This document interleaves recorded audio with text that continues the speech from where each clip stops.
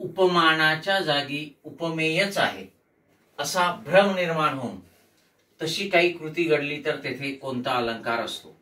व्यतिरेक, अतिशयोक्ती, भ्रांतिमान, रूपक. बघा मित्रांनो, व्यतिरेक अलंकारामध्ये काय होते? ठीक आहे, उपमेय हे उपमानापेक्षा श्रेष्ठ आहे असं वर्णन जेव्हा केलेलं असते तेव्हा व्यतिरेक अलंकार होतो. उदाहरणार्थ, अमृताहुनी गोड नाम तुझे देवा. ठीक आहे. अतिशयोक्ती अलंकार केव्हा होतो? जेव्हा एखाद्या वस्तूचं, एखाद्या घटनेचं, ठीक आहे, एखाद्या कल्पनेचं वर्णन जे आहे ते आहे त्यापेक्षा अधिक फुगून सांगितलेलं असतं.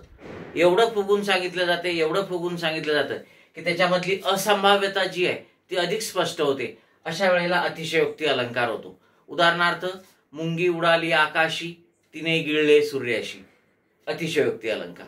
ठीक आहे. भ्रांतिमान अलंकार, उपमानाच्या जागी उपमेयच आहे असा भ्रम निर्माण होऊन त्याप्रमाणे काही कृती घडली तर तेथे भ्रांतिमान अलंकार होत असतो. म्हणजे 3 नंबरचा पर्याय आपलं उत्तर आहे. भ्रांतिमान अलंकारामध्ये भ्रम होतो. ठीक आहे. आणि तो भ्रम असा असतो की उपमानाच्या जागी उपमेयच आहे असा निश्चित पक्का भ्रम होतो आणि त्याप्रमाणे काहीतरी ऍक्शन केली जाते, काहीतरी कृती केली जाते आणि मग तिथे भ्रांतिमान हा अलंकार होत असतो. उदाहरणार्थ, पालाश पुष्प मानोनी शुकचंचू मध्ये आली, तोही जांभूळ मानोनी त्यास चोची मध्ये धरी.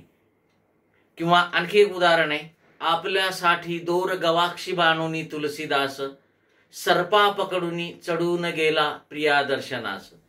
सापाच्या ठिकाणी आपल्याला वर चढण्यासाठी दोर टाकलेला आहे असं समजून तुलसीदास सापालाच पकडून वर जातात. ठीक आहे. म्हणजेच उपमानाच्या जागी उपमेय आहे असा भ्रम होतो आणि त्याप्रमाणे कृती घडते आणि म्हणून 3 नंबरचा पर्याय आपलं उत्तर आहे. रूपक अलंकारामध्ये काय होते मित्रांनो? उपमान आणि उपमेय हे एक रूप आहेत, ते भिन्न नाहीत अशा प्रकारचं वर्णन केलेलं असते. ठीक आहे. तिचे बोलणे म्हणजे अमृतच. लक्षात आलंय का? हा आंबा प्रत्यक्ष साखर आहे, मग त्याला रूपक अलंकार असं म्हणतो आपण इथे. Okay, yes.